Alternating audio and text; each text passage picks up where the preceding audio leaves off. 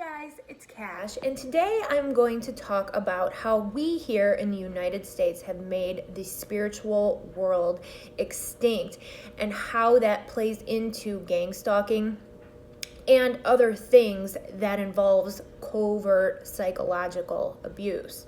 So there's two reasons why we have gotten rid of the spiritual world here, because the spiritual world exists everywhere else. You go to India, you go to Lithuania, what other places, Serbia, Croatia, those people, they all know a spiritual world exists. They're very spiritual people. They know that demons exist.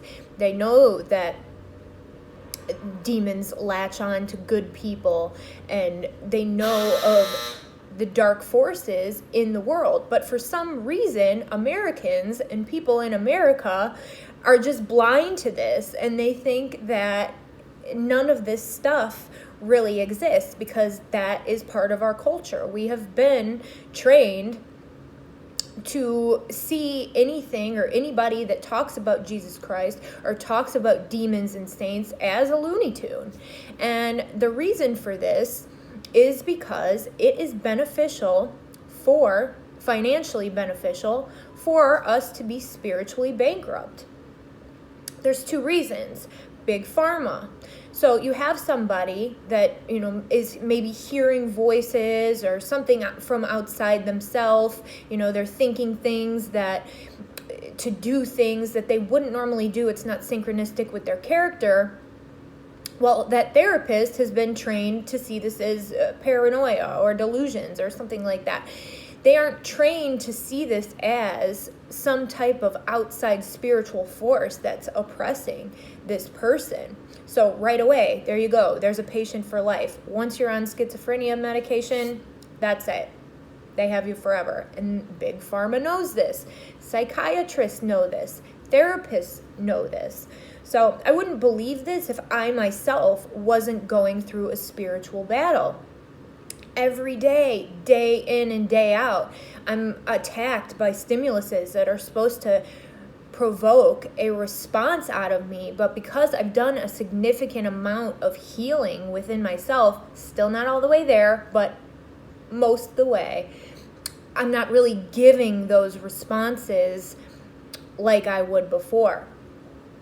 So we do need to realize that there is a spiritual world all around us. There are demonic forces present and at work in all of our lives every single day. So,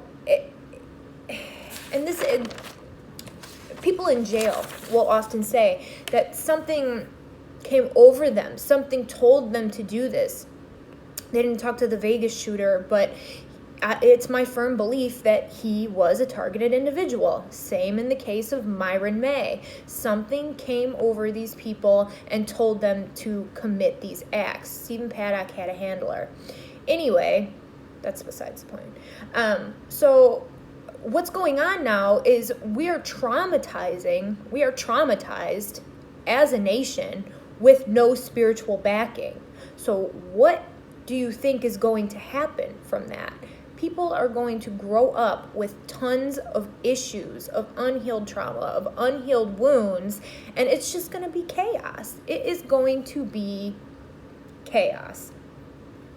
So something just recently happened this weekend that I kind of got like the gist of how all this works. It is systematic, and it is a very intricate way of how they do things. So they have the stimulus, okay? So let's say it's a picture, and this is kind of a long explanation. So I'm going to explain this the best way that I can, okay? 'Cause some stuff went down this weekend, and it kind of just put the whole thing together.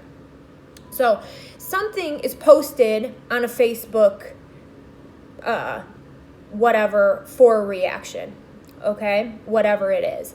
And then the target goes to an event or whatever, work, wherever it may be, where the street theater plays out. Well, if the target doesn't see what was supposed to lower the vibration and provoke this traumatic feeling and this response out of the person, well, then when they go into the street theater party, it's not really going to make much of a difference because they don't know what they're supposed to be seeing. So that's what happened to me this weekend. I was supposed to look at a post, which I don't look at these people's social media, but I went to a party and the vibe was weird.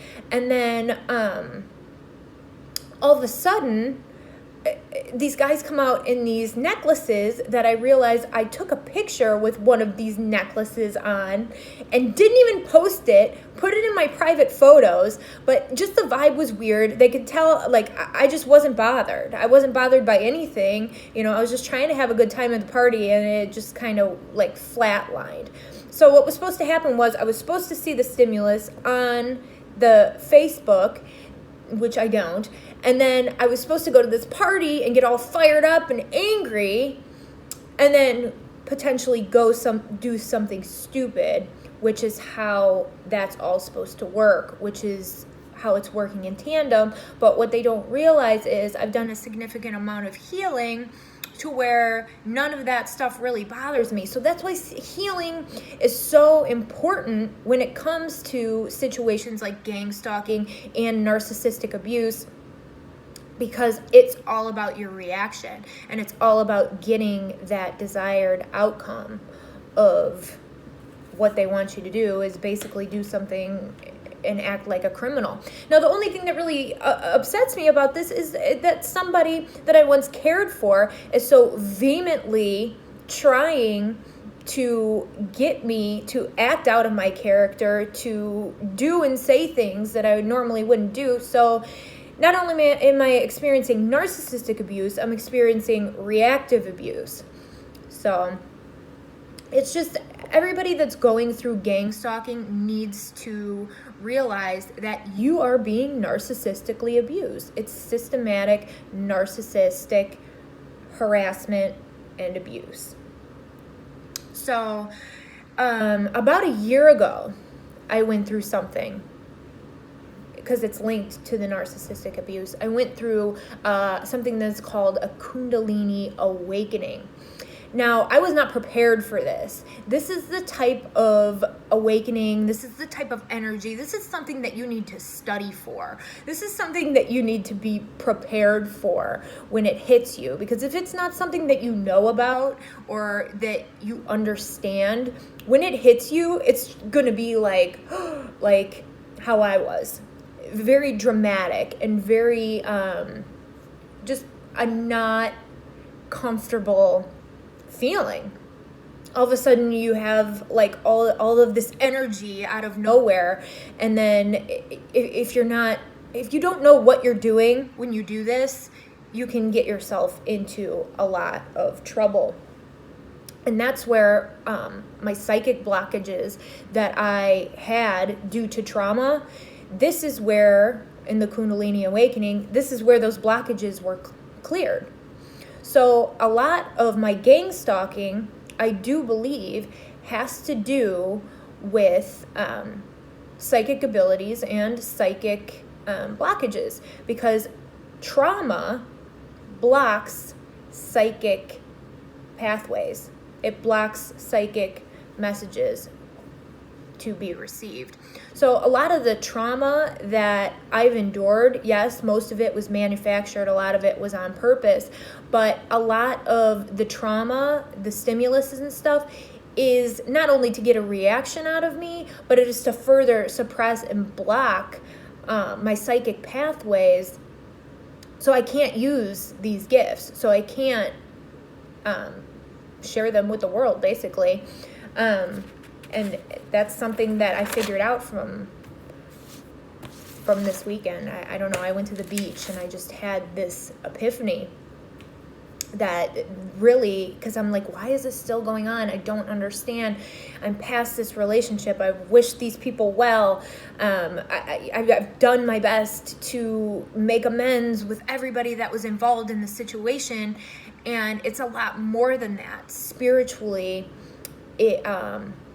I am seen as a threat to what is going on because of the information that I'm able to possess from the spiritual realm. So, with that said, that's all I have to say for today. I hope that everybody has a wonderful rest of their day, and as always, God bless.